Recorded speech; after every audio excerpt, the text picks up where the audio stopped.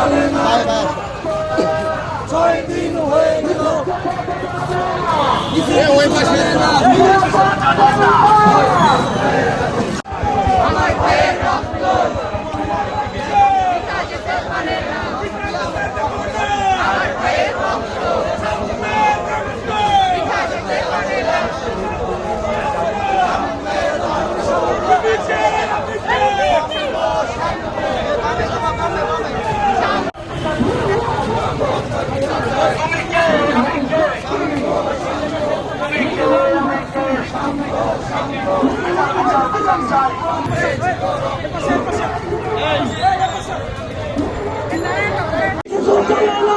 কিছু জানে না